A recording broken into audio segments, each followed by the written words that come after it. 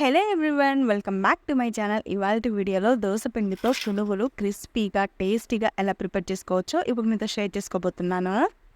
ఇలా ఒకసారి పునుగులు ట్రై చేయండి. పైన క్రిస్పీగా లోపల సాఫ్ట్గా చాలా టేస్టీగా ఉంటాయి.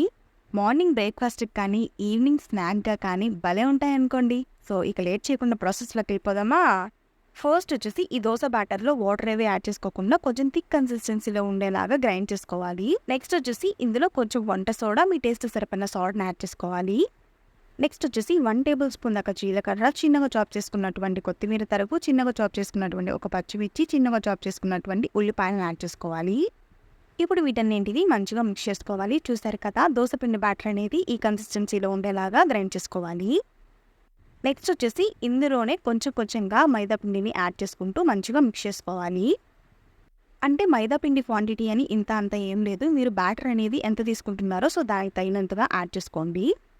అంటే పునుగులు వేసుకునే దానికి వీలుగా ఉండేలాగా పిండిని అయితే మిక్స్ చేసుకోవాలి.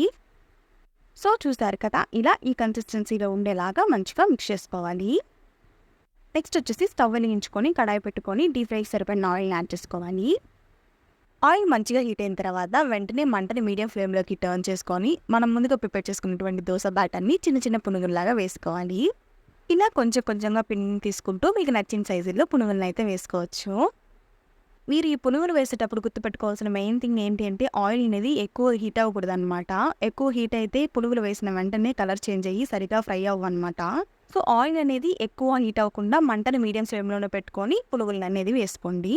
ఇలా పునుగులన్నీ వేసుకున్న తర్వాత వీటిని మధ్యలో ఇలా కదుపుకుంటూ మంటను లో టు మీడియంకు అడ్జస్ట్ చేసుకుంటూ లైట్ గోల్డెన్ బ్రౌన్ కలర్ వచ్చేంత వరకు ఫ్రై చేసుకోవాలి.